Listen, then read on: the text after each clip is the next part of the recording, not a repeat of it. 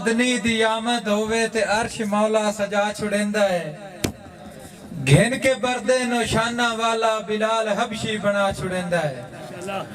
कज़ा अली दी नमाज होवे ते सोना सूरज बला छुड़ेंदा है। रब्बे हबली दे झेड़े करके ते साडी किस्मत जगा छुड़ेंदा है। आशिक होवे अवैस वर्गा ते पट के बतरी बगा छुड़ेंदा है। नसीब आका दा इश्क होवे ता मेरा चांद अकीदा पक्का है।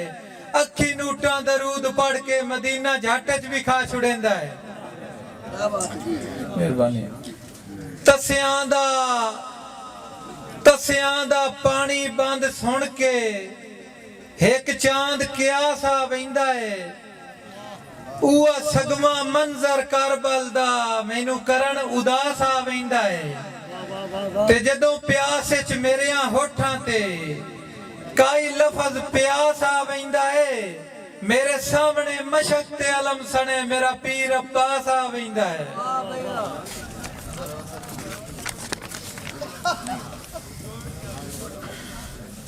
तेरे वांग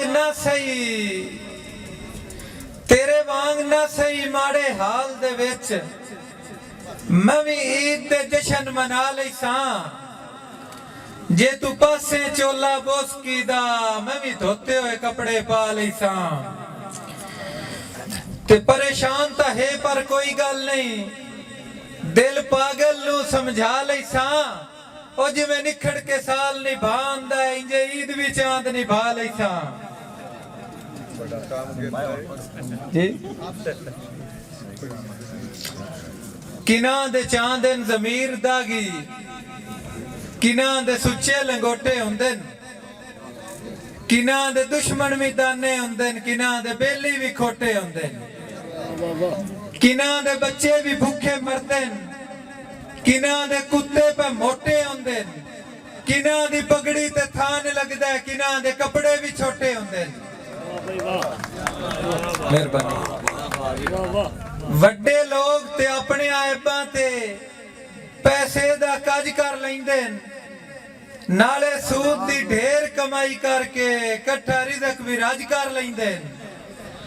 ते मेरे वर्गे चांद शरीफा नू सह ठगण दे चज कर लैंदे। धी दाज नू सिकदी है नौकर दी बंदे 5-5 हज कर लैंदे। बड़ी मेहरबानी। किदे गए ओ खड़क मधानियां दे, किदे घड़े गड़वंजियां रहियां, किदे गए ओ नस्ली दांद जिनांदे हण गल पंजालियां पईयां।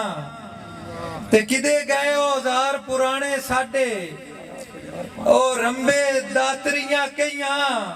ओ किदे वग गए वेले फलियां दे, किदे चांद तरंगलियां गईयां।